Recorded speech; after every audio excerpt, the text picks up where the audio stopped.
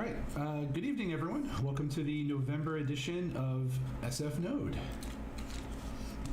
We have one talk tonight for the folks that are on the Rambly SFNode space. He's actually the creator of Rambly. It is Dan Guttman, and he will be having a great talk for us that is pre-recorded.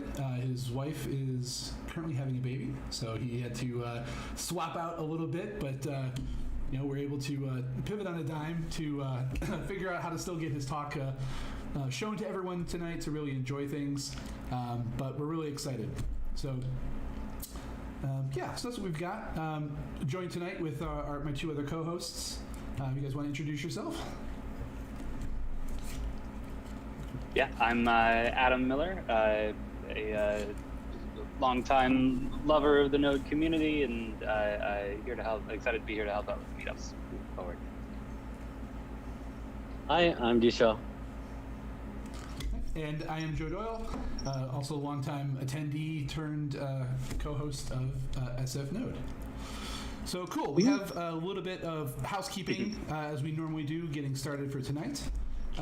First and foremost, we're excited to be back doing live streams. So we would love to hear folks, with talk ideas, things, either recommending other speakers to get them to come in and do a little salesmanship for us, or, meetups are a great way to get your first talk in, getting ready for a potential conference season that may come back in 3 to 5 years, who knows. But we'd love to hear from you either way. We're on Twitter at SFNode.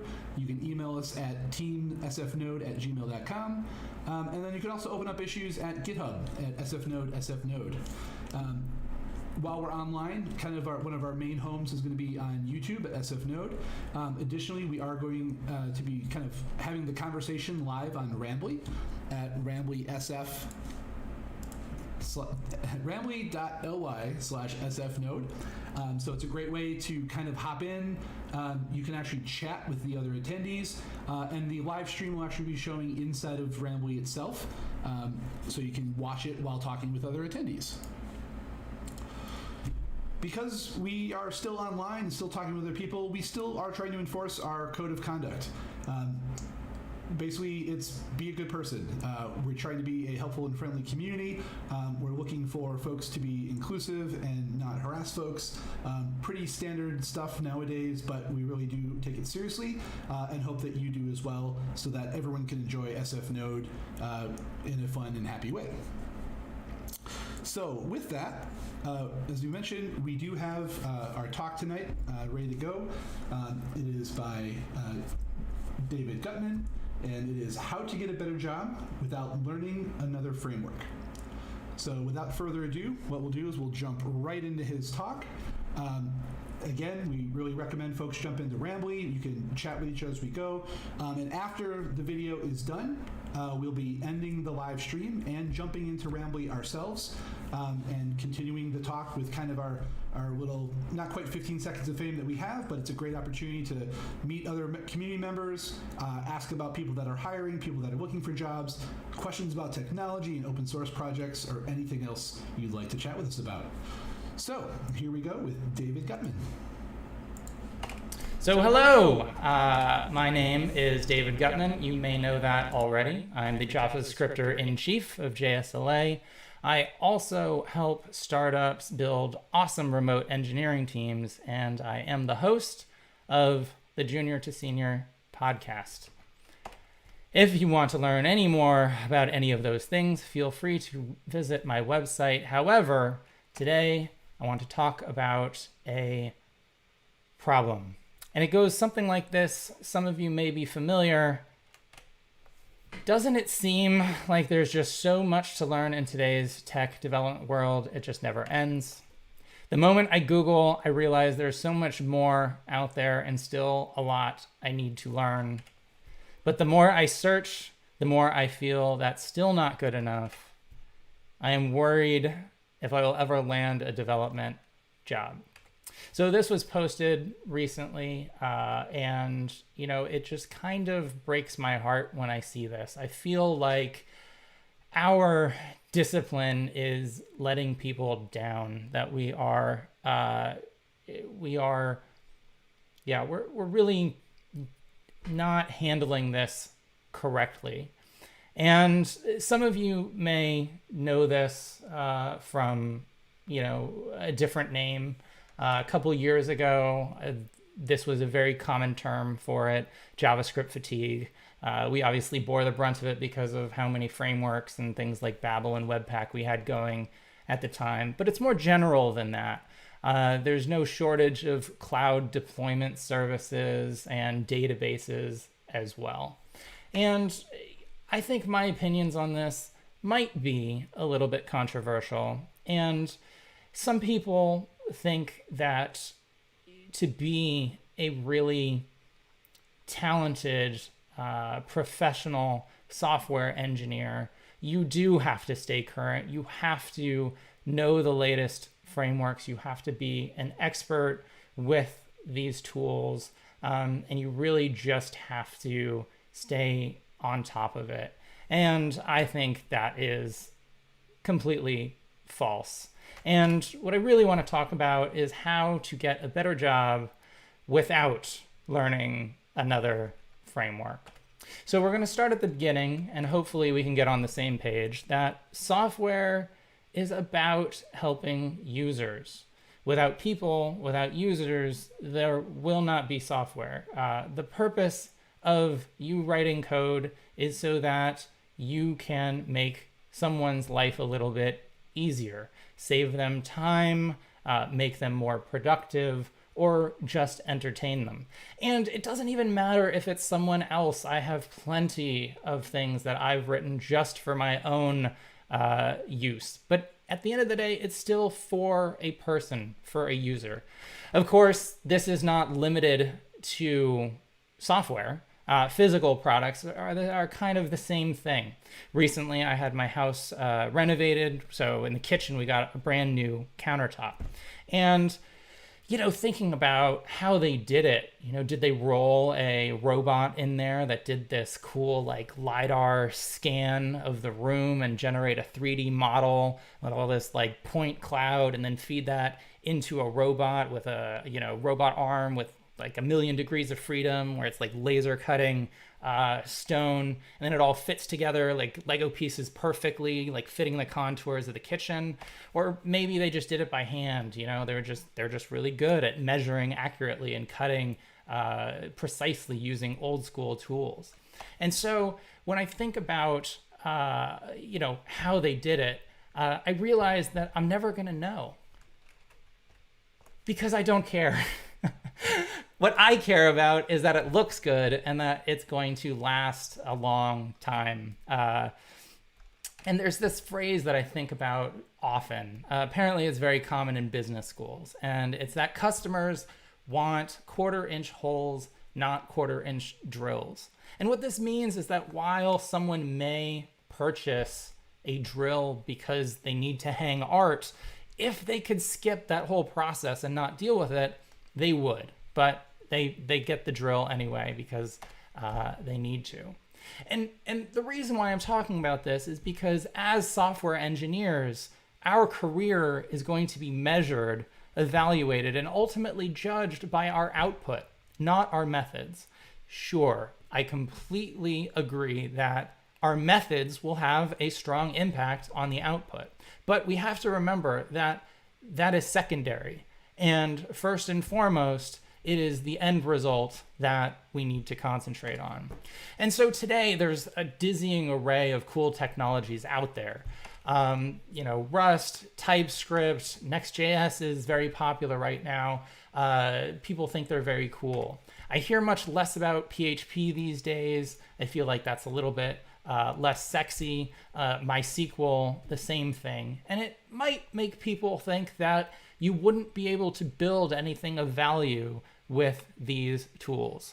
Of course, that's ridiculous.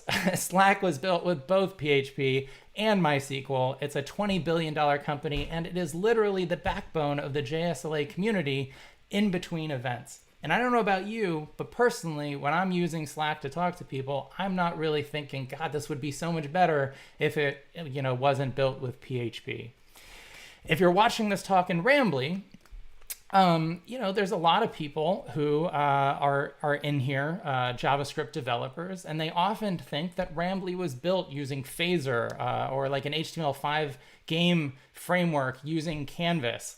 And what's so funny about this is even experts, people here in JSLA don't know that this is just vanilla React. Everything you see is a div. Like even experts can't even tell how it was made. And I didn't use hooks or Redux. And I'm not sorry. The point is, focus on the user because the user doesn't care what it's built with. That doesn't affect how much the software improves their experience. Now, I have a secret, and that last bit of code that you wrote, maybe it was just before JSLA or it was a couple days ago. That was legacy code. It's true. Now, don't feel bad because any code either dies in obscurity or it lives long enough to become legacy code. Now, of course, I know what you're thinking. Who among us hasn't been tasked with doing something on some legacy code base which has been completely awful? And I know it's not fun, and I'm not saying that all legacy code is beautiful. In fact, some of it is downright dangerous and scary. There's plenty of legacy code out there that is in production. It is servicing lots of users, and it has no tests, and any change could break it and bring the whole, pile of cards crashing down. That's not the phrase, but moving on. The thing to remember is that the alternative is to rebuild it with newer tech, of course. And we have to remember that rebuilding systems that are successful and are providing value to users and are making your company money, engaging that is risky. There are pitfalls to doing this. There are often a lot of edge cases, and there are a lot of features that users are depending on that may not be readily obvious. And so if you try and do a hard switch over to some newer tech that's going to solve all of your problems, there is a risk that it might crash. Now, the other thing to be aware of, too, is that management doesn't want to rewrite everything all the time. It doesn't want to constantly... they don't want to constantly rewrite things or switch around frameworks. And this is because, to my earlier point, it typically does not affect the users. Now, it's a balance. You don't want to be working in scary code bases without tests. You don't want to be working in old paradigms that slow you down. But that is not the only thing that matters. And so, of course, I really believe in pushing the limits of what it means to be a JavaScript developer. That is what JSLA is about. I always want to bring people in who are really pushing our craft forward. However, you can't just keep rewriting everything that you have just so that it's the newest. And so what I want to suggest is just make sure that you are constantly moving forwards and not sideways. Don't just replace something for the sake of newness. And it's also called the bleeding edge for a reason. I love this chart. This is from a well-known talk called Use Boring Technology by Dan McKinley. And on the left side, that represents a technology has just come out and there hasn't been very much time. So a little bit of time. But in that small amount of time, not many users have been able to use it. And therefore, there are a lot of kinks. And so if you are one of those brave first users, you might be the very first person to encounter a bug. And this is totally fine in hobby projects, but if this is an important project, that may be a dangerous place to be. You won't have GitHub issues to look at, you won't have a bug fix, and there won't be any blog posts because no one has encountered it yet. And of course, it doesn't only apply to brand new software. It could apply to software that is brand new to you. This has certainly happened to me. I remember once upon a time, I was enamored with DynamoDB, just had like really awesome response times, infinitely scalable. It was really inexpensive. And so I thought it was going to be the perfect thing for our analytics engine. But the problem is, it was only until I was committed and had switched everything over did I realize it was never going to work. And time series is a very special beast in the DynamoDB environment. So yeah, use unfamiliar tech with care. I'm not going to say don't use it, but if it's an important project and you already have a tool that you know will work and is less risky, you probably want to use that instead. At this point in time, I think it's good to take a little bit of a timeout, because I imagine some of you are thinking that, sure, this is all well and good if you are responsible for choosing the technology. However, what happens if this is on a job description and they want you to use a particular, be proficient with a particular framework? They want you to have 5 years of experience with Gatsby or some nonsense. And what do you do in the interviews? Like, how do you address that situation? I think at this point, it's important to recognize how a manager, a hiring manager, will be thinking in these situations. So remember what I talked about with the customers wanting quarter-inch holes, not quarter-inch drills. Well, think about the hiring manager. Do they really want the drill, or is there something that represents the hole? Like in the case of Gatsby, do they really care that it's Gatsby, or is there some underlying problem that they want to get fixed, and Gatsby just happens to be the way?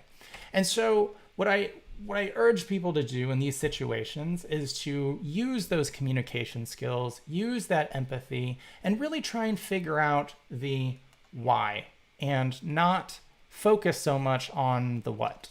So let's take Next.js, for example. I had that earlier. So Next.js, super cool technology. It's possible a lot of companies now want to hire specifically for experience with it. Now, in these cases, the good thing to do would be maybe ask why Next.js is important.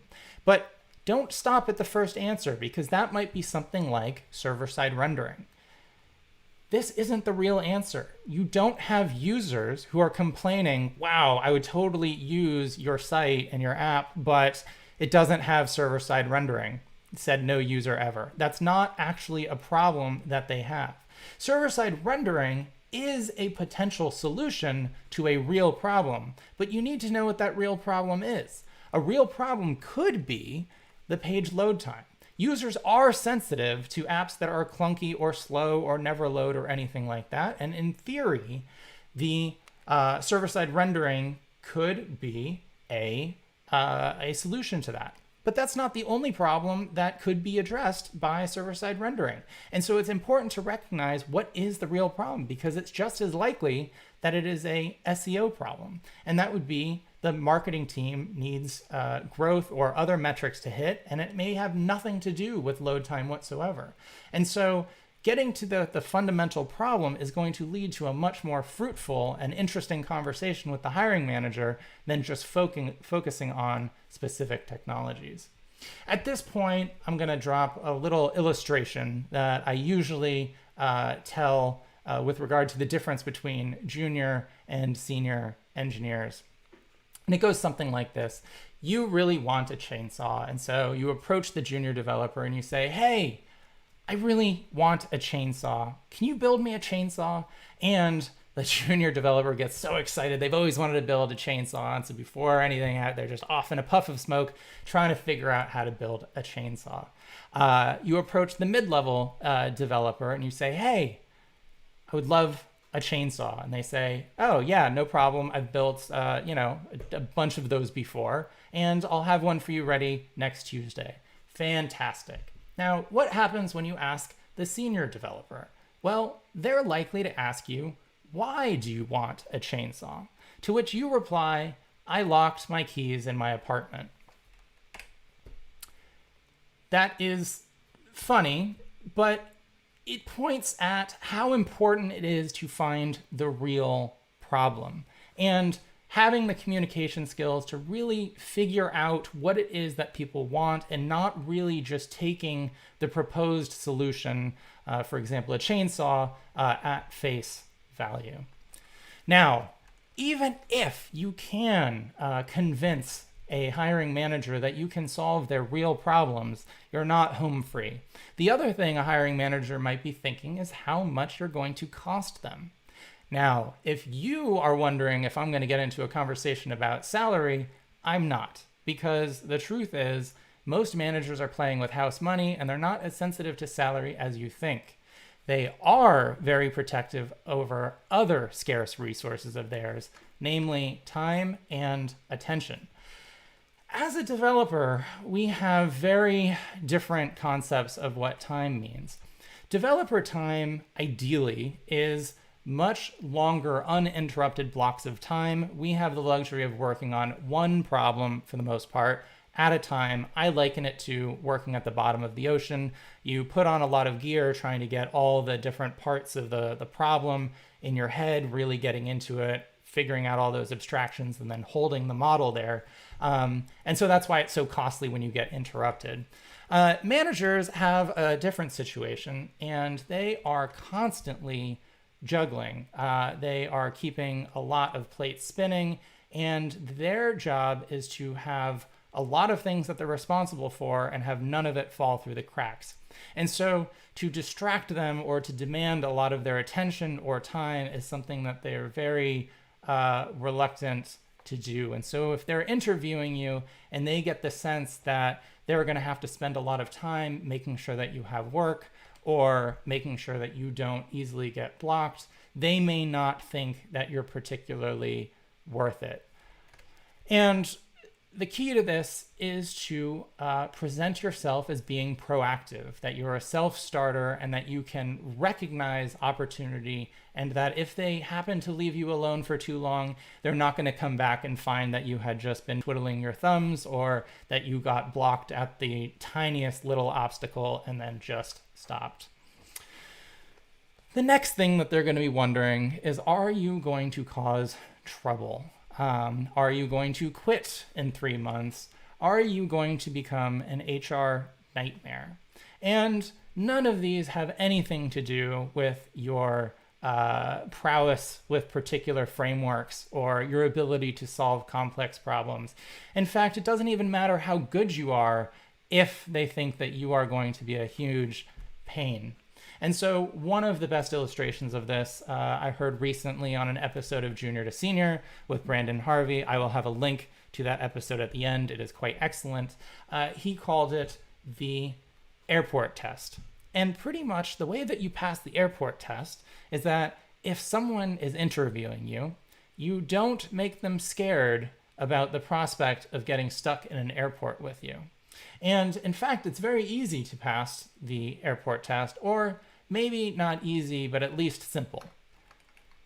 And that is to be sociable and human. If this is a scary prospect for you, rest assured you do not need to be born winning the charisma lottery, nor do you have to be a natural charmer. These are skills that you can learn, but you do have to focus on them, and that is the subject for another talk. But fret not, it is possible. We are going to pause again here because I'm sure there's plenty of you that aren't interested in interviewing. You're already on teams and you're more interested in rising the ranks of your current team. And you might think that the only way to do that is becoming more and more technically proficient with heretofore unreleased frameworks.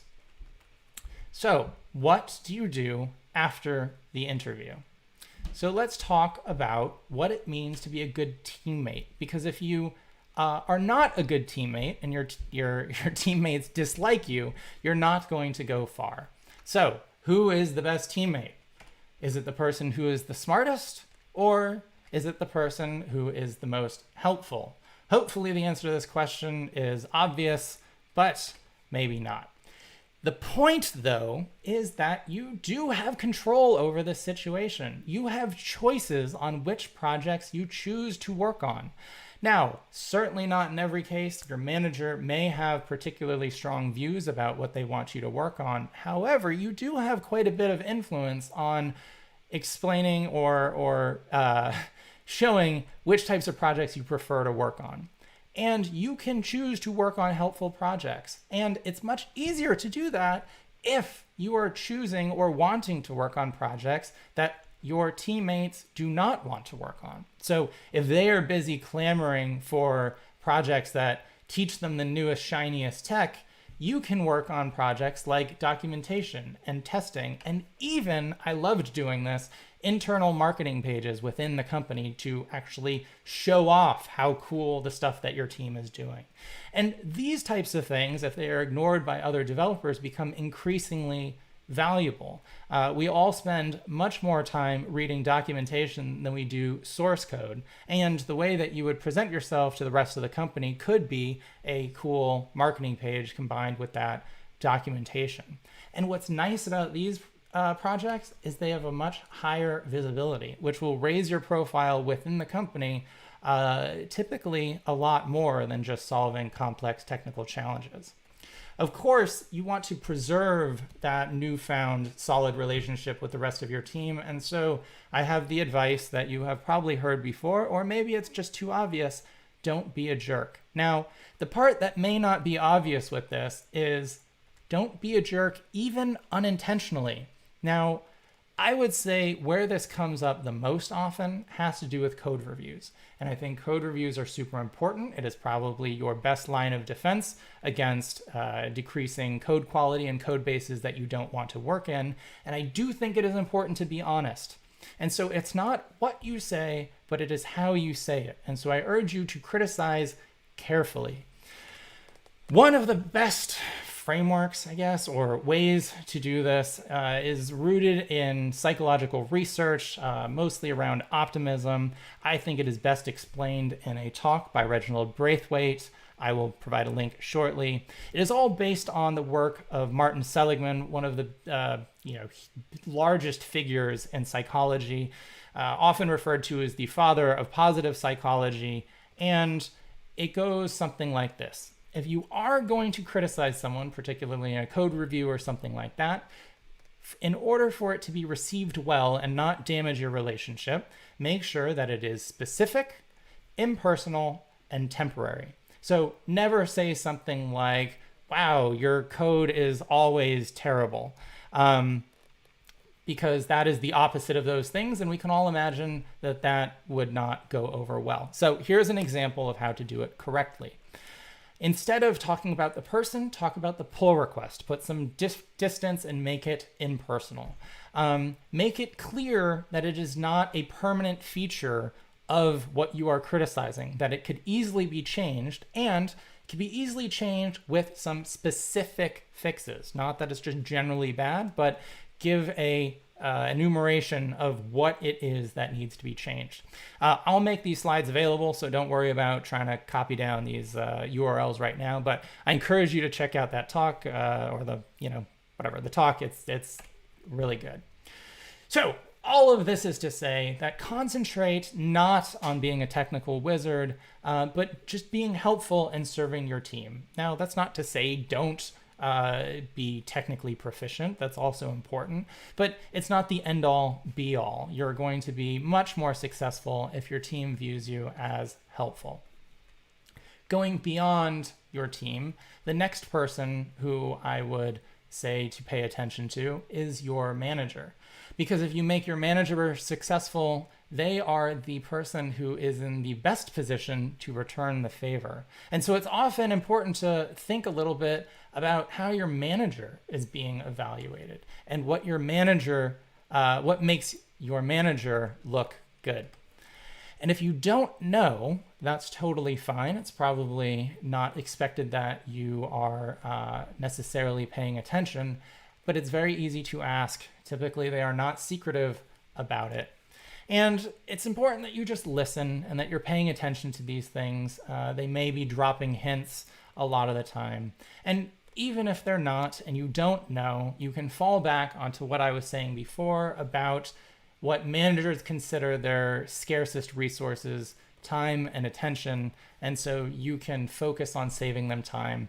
You can help make sure other developers are working on top priorities. You can make sure other developers aren't blocked, and I'm sure your manager will be very appreciative. So make your manager successful and they will return the favor. Now, beyond that, within your company, there's going to be lots of other departments, and they're not going to be technically minded. Back when I worked at Disney, I used to think of myself less as an employee and more as having my own internal consultancy. And what I would do is I would also have clients and biz dev, and it wasn't really that way, but I made effort to take other people out to lunch who are in different departments, learn about what they were working on, what was important to them, any challenges that they had. As software developers, we have a huge ability to save people time and make them more productive. And so I was always looking out for ways to help. And this eventually led to a project named Abu, named after the thieving monkey in Aladdin. So within Disney at the time, there were lots of campaigns going on, marketing campaigns. These took the form of, could be simple as a Facebook page or a larger budget series of YouTube videos. And the people who were working on the editorial and these projects, these creative projects, they had trouble keeping track of how all of them were doing. And so it was hard for them to keep track of what was working, what was catching on all of a sudden, all of that. So a project that I made for them was an easy to use service. So it came in the form of a bookmarklet. So they would just go to YouTube, find the video. Let's say it was a promotional video for Toy Story 3. They would go to the video, click the bookmarklet, and then with their mouse, they could just hover over the view count. They click that, takes them over to this service, and now the service every day goes back and scrapes that value, sticks it in a database, and can create lovely charts and graphs of its popularity. Now, I didn't stop there. Now, that was useful for them, but what I wanted to do was I wanted to make them look good to the rest of the company. And so to do that, in the kitchen, there was this flat screen TV, very nice, huge TV, that was always off, and it always kind of bugged me. So I thought I would take the data from this service that knew all the newest campaigns and how they were doing and create these cool visualizations that showed which ones were taking off or hot and what the top ones were. And now anytime they walk through the kitchen, which happened to everyone every day, they now were background aware of like, oh wow, like 1 million people just like saw that campaign. That's awesome. And they would know all the good work that the other departments were doing. And what was particularly neat about this was that this project, anytime the executives were taking a VIP through the office for a tour, this was always one of the first stops because it made them look good. And so what I want to say is ultimately you just want to look for more people to help. Even if you're not working directly with them or for them, they're out there and you can talk to them. And if you listen, they will tell you what you can do to help. So to recap all of this, when building, focus on the user. Be sure to try and move forwards and not sideways. And be careful when using unfamiliar technology. When interviewing, find the real problem. You're going to have a much better conversation talking about that. Also show that you're proactive and that you're not going to need a babysitter and be a huge suck on time and attention. And finally, do what you can to be sociable and human. When you're on a team, be helpful and serve your team. Pay attention to what will be helpful for your teammates and not necessarily what is most intellectually stimulating. Now, you want to make a balance. You don't want to be bored, but just keep that in mind. Make your manager successful. They will definitely return the favor, and they are the person in the best situation to do so. And then finally, just always be on the lookout for people to help. It will generally just come back in good karma. So to sum it all up, I would say have empathy, be helpful, solve problems, and forget frameworks. Thanks. And if this is the type of thing that you're interested in, there is, and I kind of already mentioned it, there's this interview that I did with Brandon Harvey, a director of engineering, and you can just go to junior-to-senior.io/11 to listen to his episode, because this is a really good illustration of how managers are thinking when they're interviewing you or you're on their team. And I think that's just a very helpful thing to know. And like I said, I'll make these slides available. I'll put that in Slack and other places.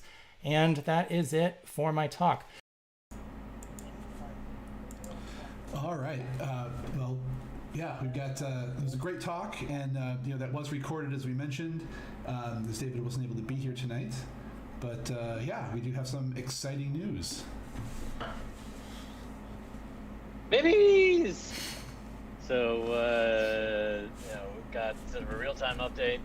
As we mentioned at the top, that was recorded. David excused himself yesterday, saying, "Hey, I think it's here," and he was planning on popping in for the Rambler discussion afterward, but they just got finished delivering. So, congratulations to David and his wife Ash on their baby, and I'll let him share on his Twitter, David Guttman on Twitter. He can make the decision for the announcement, but fantastic news. Really excited for David. Congratulations. So that is our live stream for tonight. We definitely recommend folks can join us in Rambly, which is the tool that David created himself.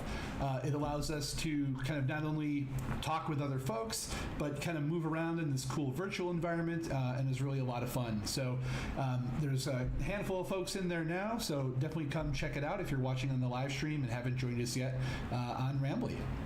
But from the SFNode team, that is pretty much a wrap. So thank you for coming out. We'll get details up for our December talk, again, which will be the second Thursday of the month. And I believe we have James Snell is going to be dropping some Node.js knowledge for some of the new stuff that's happening. So definitely don't miss that next month. And again, join us in Rambling, and have a great night. And stay safe, everyone.